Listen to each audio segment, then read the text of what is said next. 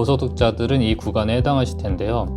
똑같이 3천만 원을 투자 시 이만큼을 환급받는다고 생각하시면 되세요. 3년치 투자 금액으로 평생 소득공제를 받으실 수가 있습니다. 제일 중요한 거, 전환사채 만기 시 환급 가능한 안전한 벤처기업에 투자하는 것이 가장 중요합니다. 손해나지 않는 벤처 투자를 할 수 있도록 도와드리겠습니다. 더 궁금한 사항이 있으신 분들은 고정 댓글에 카카오 채널로 문의를 주시면 성실하게 답변 드리도록 하겠습니다. 네, 안녕하세요. 오늘은 벤처 투자 소득 공제에 대해서 한번 알아보도록 하겠습니다. 네, 벤처 투자 소득 공제 A부터 Z까지. 내 자산을 안전하게 지키고 세금은 전략으로 전문 GP와 함께 하는 벤처 투자를 말씀드리겠습니다. 소득 공제는 절세가 아닌 전략이 필요합니다. 여러분들은 세금을 얼마나 내고 계신지 아시나요? 연말정산은 회사나 회계사님께 맡겨서 잘 모르겠는데요 라고 대부분 대답하시겠죠. 회사나 세무사님은 신고를 대행해주는 것뿐 절세는 내가 하는 것입니다.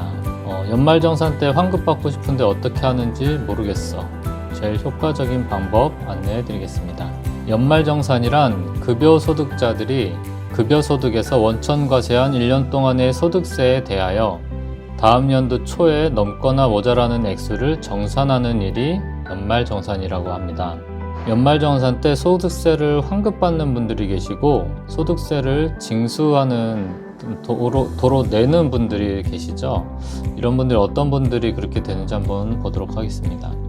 총소득, 연봉이 되겠죠. 연봉에서 근로소득 공제를 제외한 금액을 근로소득 금액이라고 말합니다. 근로소득 금액은 소득공제 금액을 뺀 금액이 또 과세표준 금액이라고 해요. 우리가 내는 세금은 과세표준 금액에 대한 세금을 우리가 내고 있습니다.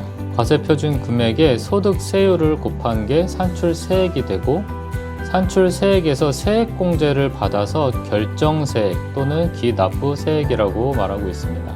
이미 낸 세액이 많으면 소득세 환급을 받는 것이고요. 이미 낸 세금이 적으면 소득세 징수를 하게 됩니다.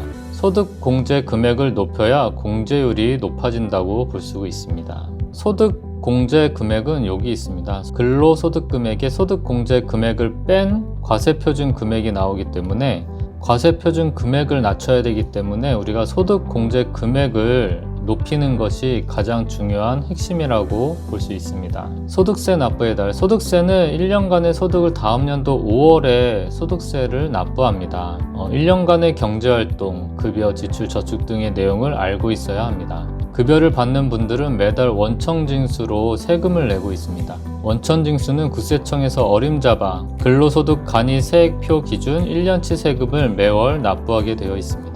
연말정산을 하는 이유는 국세청의 근로소득 간이세액표의 기준으로 원청징수를 납부하는데 실제로 1년간의 경제활동을 하고 나면 평균보다 간이세액표보다 세금을 많이 냈는지 적게 냈는지를 확인하기 위해서 연말정산을 합니다. 이 말이 뭐냐 하면 국세청에서 어림잡아 평균적인 세금을 미리 납부를 하게 만들고 1년간의 연말정산을 함으로 인해서 1년간의 경제활동을 확인한 후 세금을 더 냈는지 덜 냈는지를 계산해서 연말정산의 세액을 확정하기 위한 방법이라고 볼 수 있습니다.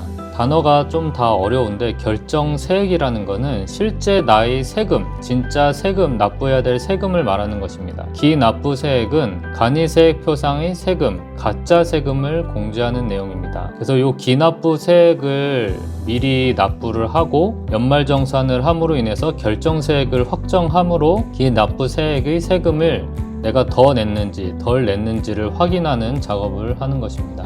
세금을 돌려받는 사람은 소득공제를 높인 사람, 세액공제를 많이 받은 사람이 세금을 돌려받는 것이고요. 세금을 뱉어내는 사람은 소득공제를 많이 못 받은 사람, 세액공제를 덜 받은 사람이 세금을 뱉어내는 사람이 되겠습니다. 대부분의 사람의 평균적인 소득공제 내용입니다. 인적공제, 부양가족에 따른 인적공제가 있고요. 4대 보험 급여, 주택 대출 이런 것들로 인해서 공제를 받는데 이것은 딱 정해져 있는 거기 때문에 우리가 어떻게 하기 힘듭니다. 그리고 청약 저축에서 300만원 한도에서 40%를 공제해 주는데 최대 120만원까지만 공제가 되고요. 신용카드 등 사용해서 총 급여의 25% 이상 사용분에 대해서 신용은 15%, 직불은 30%, 최대 300만원까지만 공제를 하고 있습니다. 청년형 장기펀드, 납입액 600만원 한도에서 40%만 공제를 받습니다. 최대 240만원 한도에서만 공제를 받을 수 있습니다. 보통 일반인들이 이런 공제들을 받고 있는데 지금 보시면 아시겠지만 실제 납입한 것을 100% 공제받는 것은 거의 없어요. 40% 정도의 공제를 받고 있습니다. 가장 높은 공제율은 그 밖의 소득공제로 투자조합 출자 등이라는 것을 활용해야 된다고 말씀드립니다.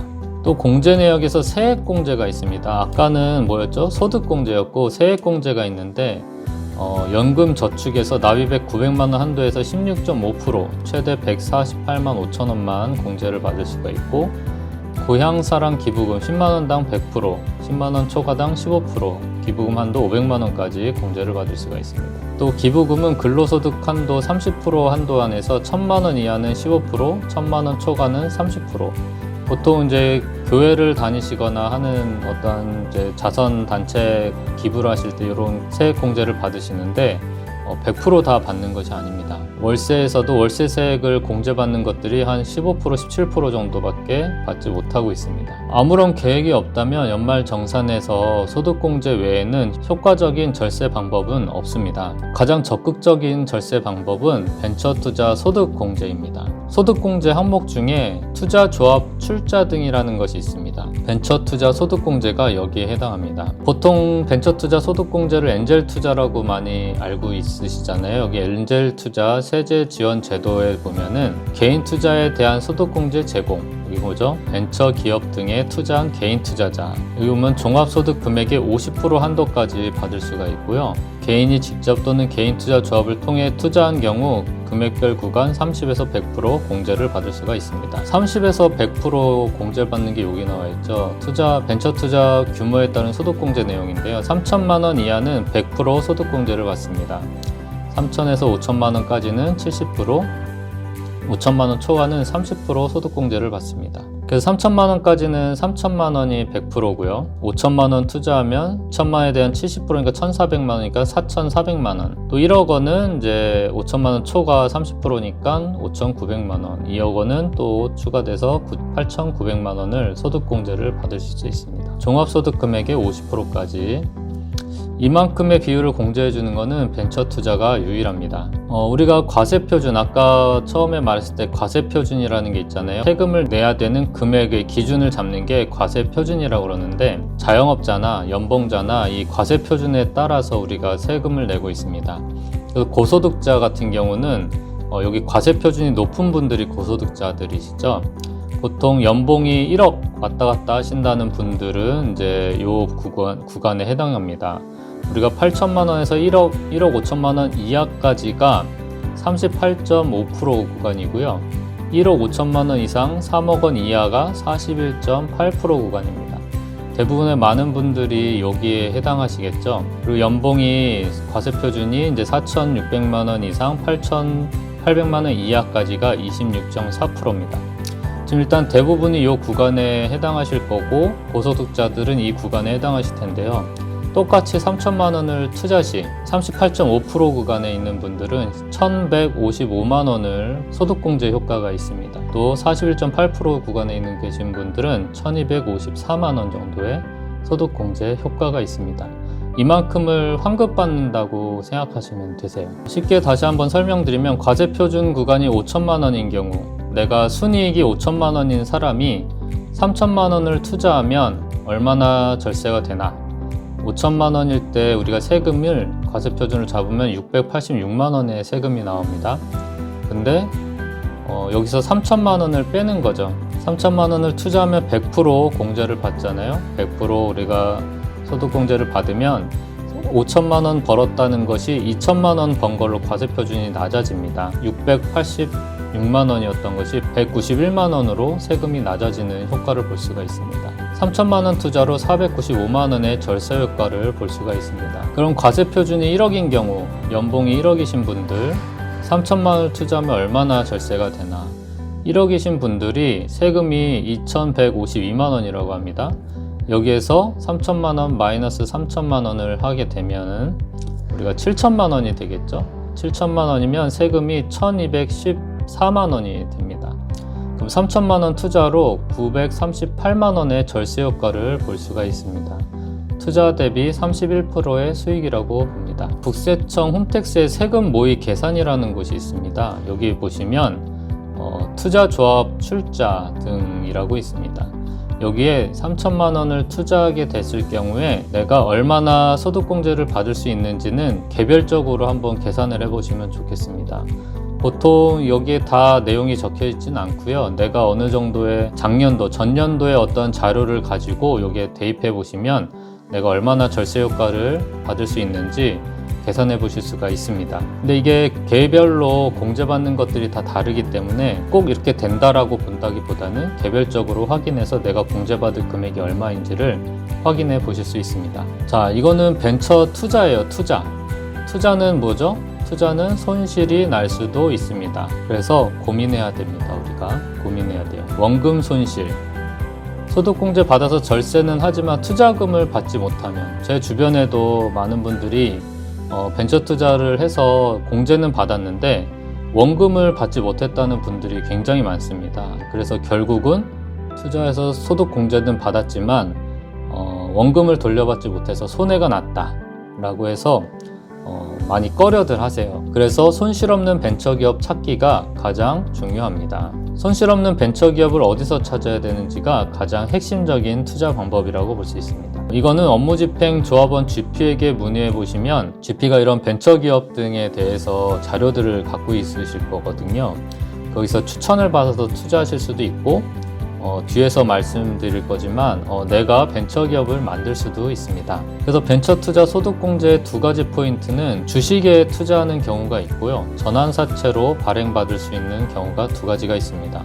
주식 투자는 보통 주식회사의 신주로 주식을 받았을 때 소득공제가 가능하고요. 기존 주식을 매입했을 때는 소득공제를 받을 수가 없습니다. 벤처기업에 투자해서 신주를 받았을 경우에 주식을 내가 갖고 있으면 이 벤처기업이 대박이 나면 나도 주식의 가치가 오르기 때문에 대박이 나지만 단점은 원금 손실이 가능하고 이자도 없고 주식 거래에 대해서는 또 불편한 경우가 굉장히 많습니다.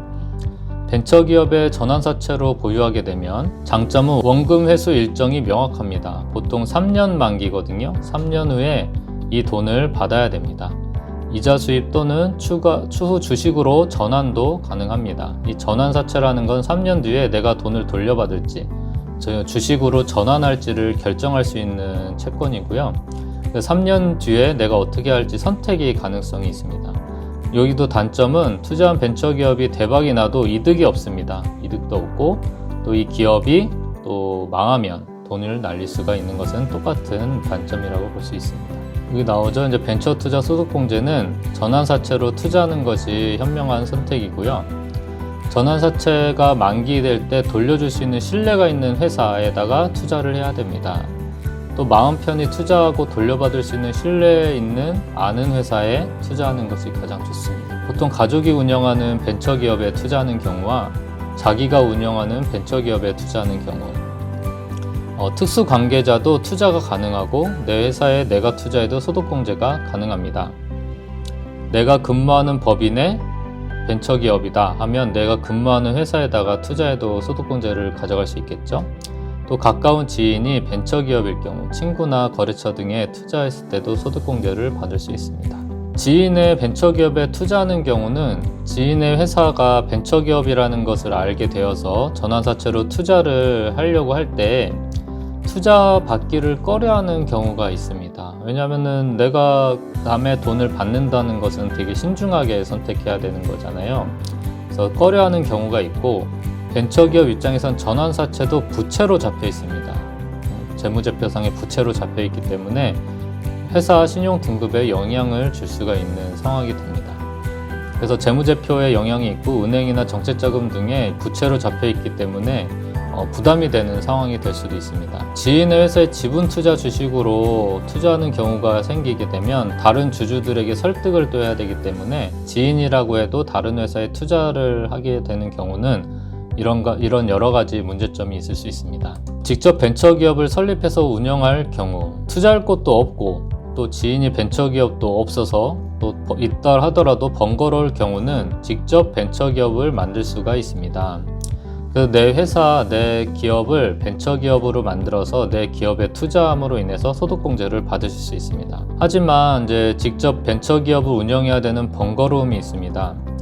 이건 뭐냐면 기존에 사업을 운영하신 분들은 자기 회사를 벤처기업으로 만들면 되겠지만 근로소득자이신 분들이 굳이 소득공제를 받으려고 회사를 만들어서 이렇게 하는 것은 어떻게 보면 번거로운 일일 수 있습니다. 기존에 운영하는 회사가 있다면 이것이 가장 베스트로 내 회사를 벤처기업으로 만들려고 소득공제를 받을 수 있는 방법입니다. 그리고 소득공제 투자를 하게 되면 그 회사로부터 이자까지도 받을 수 있는 조건을 만들 수가 있습니다. 그래서 벤처 투자하는 방법은 전환사채 투자 가능한 벤처기업을 찾는 것, 투자할 벤처기업이 없다면 내가 직접 설립하는 것, 또 개인투자조합 설립을 통해서 업무집행조합원 GP를 활용해서 좋은 투자처를 발견하는 것들도 좋은 방법입니다. 또 내가 설립한 법인에 개인투자조합이 투자해서 벤처기업으로 전환하는 방법, 또 내 벤처기업에 내가 투자하는 방법, 이런 것들이 모두 벤처기업 투자로 내가 소득공제를 받을 수 있는 방법이라고 할 수 있습니다.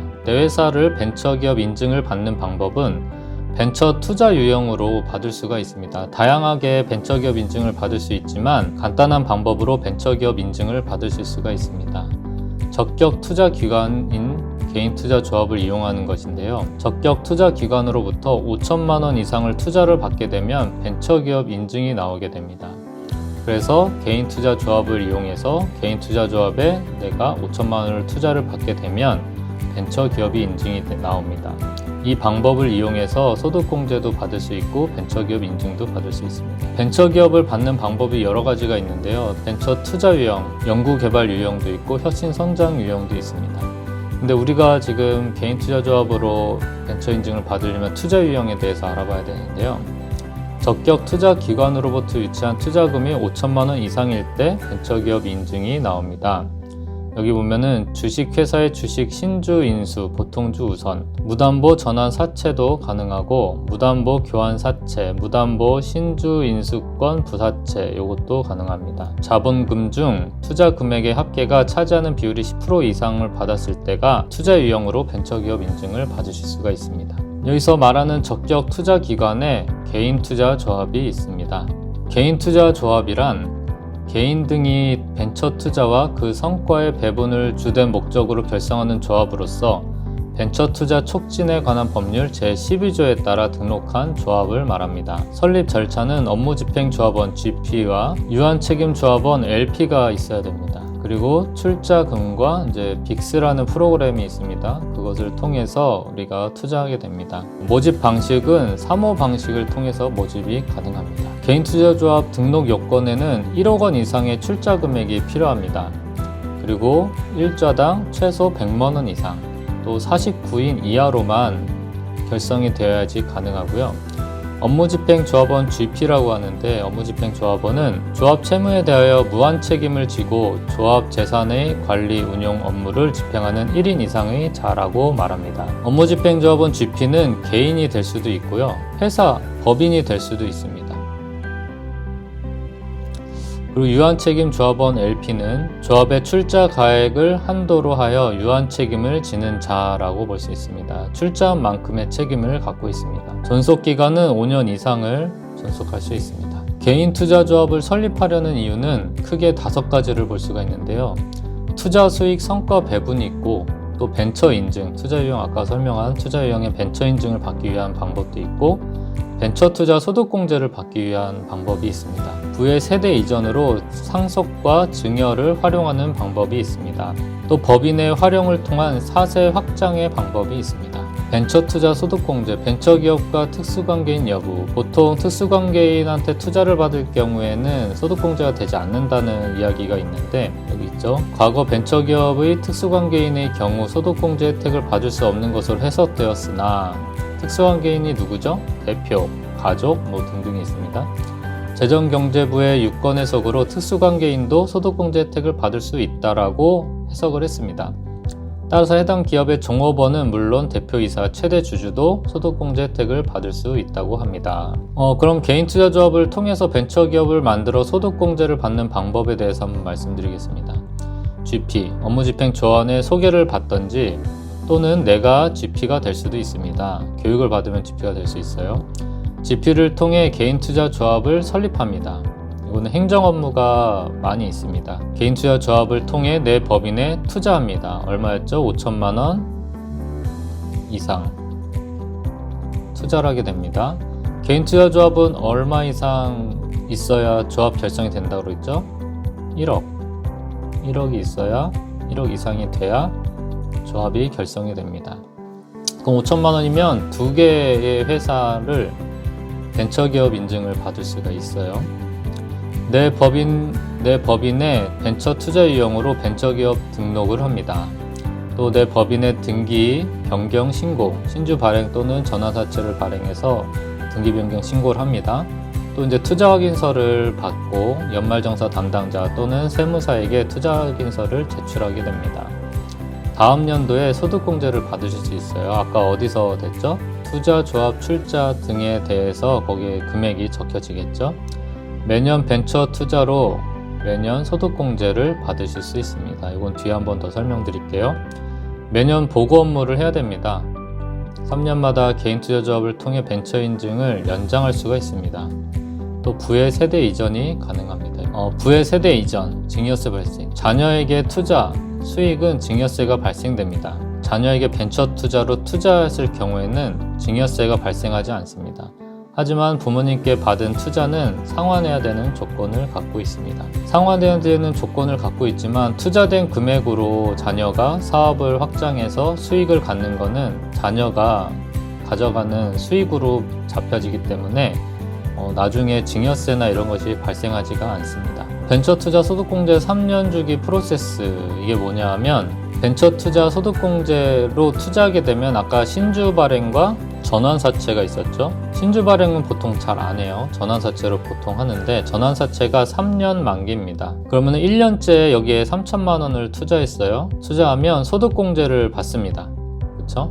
2년째 또 3천만 원을 투자했어요. 소득공제를 받습니다. 또 3천만 원을 투자했어요. 소득공제를 받습니다. 4년째 이 첫째 번 투자를 환급해 줘야 됩니다. 환급해 주는 돈으로 다시 투자를 합니다. 그러면은 공제를 받습니다. 그럼 이 말은 뭐냐면 3년치 3천만 원씩 3년이면 9천만 원이죠. 9천만 원으로 평생 소득공제를 받으실 수가 있다는 말씀입니다.